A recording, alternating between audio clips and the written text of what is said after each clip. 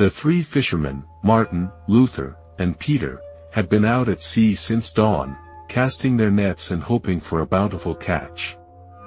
They were all experienced fishermen, having grown up in the small coastal town and learned the trade from their fathers and grandfathers. But today, the sea seemed eerily still, as if it was holding its breath, waiting for something to happen. As the sun began to set and darkness descended upon the sea, the three men decided it was time to head back to shore. They began to reel in their nets, but just as they were about to pull them on board, they noticed a faint glow in the distance. "Look, over there!" Martin exclaimed, pointing towards the light. The three men squinted their eyes, trying to make out what it could be. As the light grew brighter, they realized it was coming from an old fishing boat.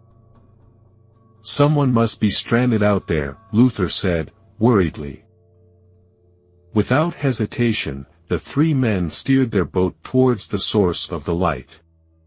As they got closer, they could see that the boat was abandoned. The sails were torn and tattered, and the wood was rotting.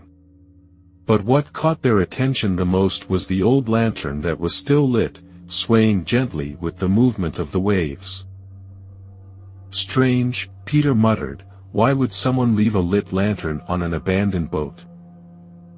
The three men tied their boat to the abandoned one and slowly climbed on board, their hearts beating faster with each creak of the old wood beneath their feet. The boat was empty, with no sign of any recent activity. But the lantern continued to burn, as if it was waiting for them. Martin walked towards the lantern and reached out to extinguish it, but just as he was about to touch it, the light flickered and went out on its own. The sudden darkness enveloped them, making them all jump in surprise. It was then that they heard a faint whispering around them. "Did you guys hear that?" Luther asked, his voice shaking. The three men stood still, listening intently. But all they could hear was the sound of the waves and the creaking of the old boat.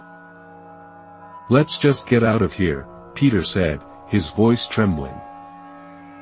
But before they could leave, they heard the sound of footsteps approaching. They turned around, but there was no one there.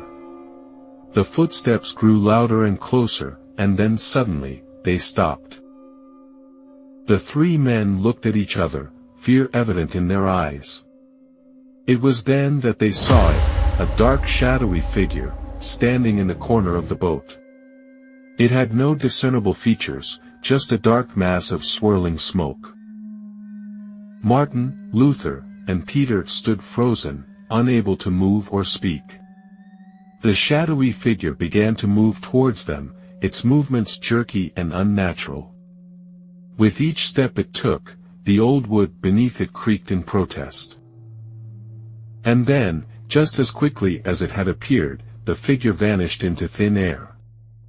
The three men looked at each other in terror, realizing that they were not alone on the abandoned boat. Without wasting another second, they sprinted towards their boat, untying it and pushing it away from the abandoned one. But just as they were about to leave, they heard the sound of a child's laughter echoing around them. "Who's there?" Peter yelled, fear and confusion evident in his voice. But there was no response. The laughter continued, growing louder and more sinister. It was then that the three men caught a glimpse of something moving in the water, just beneath their boat. They leaned over the edge, trying to make out what it was. And what they saw will haunt them for the rest of their lives. It was a young girl, no more than 10 years old, with long black hair covering her face. She was floating just below the surface, her eyes staring up at them, unblinking. "Help me," she whispered, her voice barely audible.